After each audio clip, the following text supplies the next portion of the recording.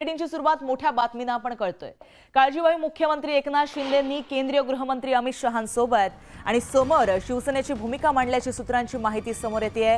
एकनाथ शिंदेंच्या पक्षाकडून 12 मंत्रिपदांची अमित शहा यांच्याकडे मागणी केली होती। सोबतच विधान परिषदेच्या सभापती पदाची देखील बैठकीमध्ये शिंदे यांच्याकडून मागणी करण्यात आली आहे। मंत्रिपदाबाबत गृह नगर विकासासह महत्त्वाच्या खात्यांची शिंदेंनी मागणी केल्याची माहिती मिळते। पालकमंत्रीपद देताना देखील पक्षाचा योग्य सन्मान राखावा अशी शिंदेंनी अमित शहांना विनंती केल्याची माहिती मिळते। त्याचबरोबर शिवसेनेच्या उपमुख्यमंत्री पदाबाबत या बैठकीत कोणताही निर्णय झालेला नसल्याची माहिती देखील आता समोर आली आहे। महायुती म्हणून शिवसेनेसोबत असल्याचा विश्वास एकनाथ शिंदेंनी अमित शहांना दिल्याची माहिती सूत्रांकडून सध्या प्राप्त झाली आहे।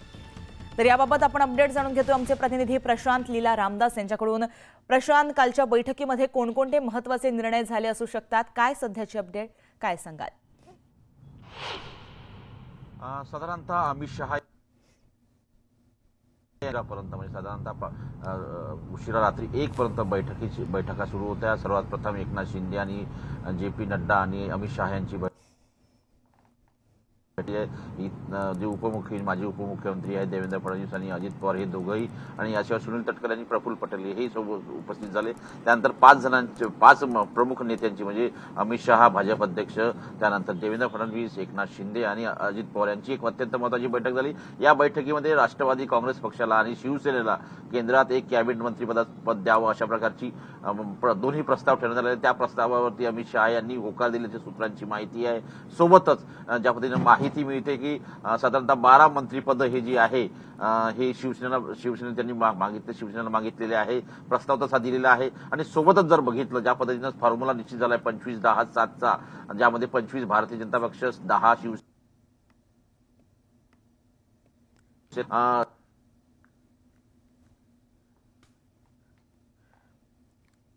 बरं, तर आपण एकंदरीतच ऐकलं की बरेच निर्णय जे आहेत ते कालच्या बैठकीमध्ये झालेत। मध्यरात्रीपर्यंत ही बैठक चालली आहे। अपडेट घेत राहणार आहोत। प्रशांत, धन्यवाद तुम्ही दिलेल्या माहितीसाठी।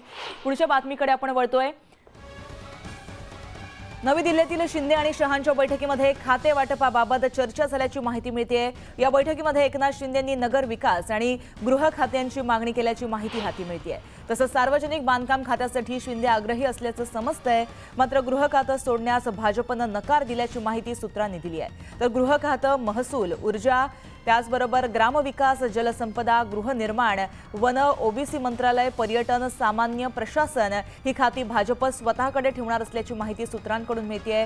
तसंच अजित पवारांच्या राष्ट्रवादीला अर्थ, महिला आणि बाल विकास, त्याचबरोबर अल्पसंख्याक मदत आणि पुनर्वसन, वैद्यकीय शिक्षण, आदिवासी विकास, अन्न आणि नागरी पुरवठा ही खाती भाजप सोडण्याची शक्यता आहे। एकनाथ शिंदेंच्या शिवसेनेला नगरविकास, उद्योग, शिक्षण, सांस्कृतिक, पाणी पुरवठा, आरोग्य, परिवहन, राज्य उत्पादन शुल्क ही खाती सोडण्यास भाजप तयार असल्याची माहिती सूत्रांनी दिली आहे। एकनाथ शिंदेंना भाजपचा हा प्रस्ताव मान्य झाल्यावर पुढच्या हालचाली होणार असल्याचं देखील समजतंय।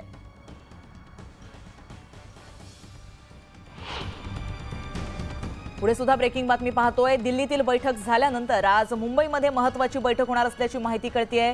शिंदे, फडणवीस आणि अजित पवार यांच्यात मुंबईत बैठक होणार असल्याची सूत्रांची माहिती आहे। बैठकीची वेळ आणि ठिकाण अजून निश्चित नाहीये। मात्र अमित शहांनी दिलेल्या सूचना आणि घेतलेले निर्णय यावर बैठकीमध्ये चर्चा केली जाणार असल्याची माहिती कळतेय। तसंच सत्ता स्थापनेवरही चर्चा केली जाणार असल्याची माहिती हाती आली आहे। तर याबाबत आपण अपडेट जाणून घेतोय आमचे प्रतिनिधी तुषार रुपनवार यांच्याकडून। तुषार, काल मध्यरात्रीपर्यंत दिल्लीमध्ये बैठक झाली आणि आज मुंबईमध्ये बैठक होणार असल्याचं कळतंय। बैठकीबाबत काय अपडेट? गार्गी, आपण जर पाहिलं असेल तर सत्ता स्थापनेला आता वेग आल्याचं पाहायला मिळतंय आणि या संदर्भामध्ये पहिला बैठकीचा टप्पा हा दिल्लीमध्ये पार पडलेला आहे। दुसरी बैठक आज आपल्याला मुंबईमध्ये होताना पाहायला मिळेल। या बैठकीमध्ये महायुतीचे तिन्ही प्रमुख नेते आपल्याला उपस्थित राहताना पाहायला मिळतील। या बैठकीमध्ये देवेंद्र फडणवीस यांच्यासोबत एकनाथ शिंदे आणि अजित पवार असतील। या बैठकीमध्ये मंत्रिमंडळ विस्तारामध्ये प्रामुख्याने एकनाथ शिंदेंच्या शिवसेनेला गृह खातं हवं, नगरविकास खातं हवं, ही 2 प्रमुख खाती हवी या संदर्भातला प्रस्ताव अमित शहांकडे त्यांनी मांडला होता। मात्र भाजपाने या प्रस्तावाला विरोध केल्याचं पाहायला मिळतंय। त्यामुळे एकनाथ शिंदेंच्या शिवसेनेला नगर विकास खातं हे मिळू शकतं।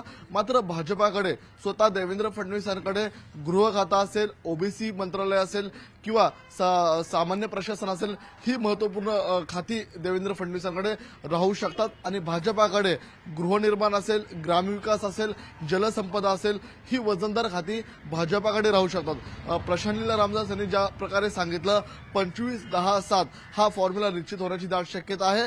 मात्र आता बैठकीतला जो दुसरा टप्पा मुंबईमध्ये पार पडेल या टप्प्यामध्ये प्रामुख्याने मंत्रिमंडळ विस्तारामध्ये शिवसेना असेल किंवा राष्ट्रवादी असेल ह्या दोन पक्षांना नेमकी कोणती खातं द्यायची, पालकमंत्रीपद वाटप करत असताना प्रामुख्याने 36 जिल्ह्यामध्ये भाजपाला किती पालकमंत्रीपद मिळणार, शिवसेनेला किती मिळणार, राष्ट्रवादीला किती मिळणार या संदर्भातला आपल्याला विचार विनिमय होताना पाहायला मिळणार आहे.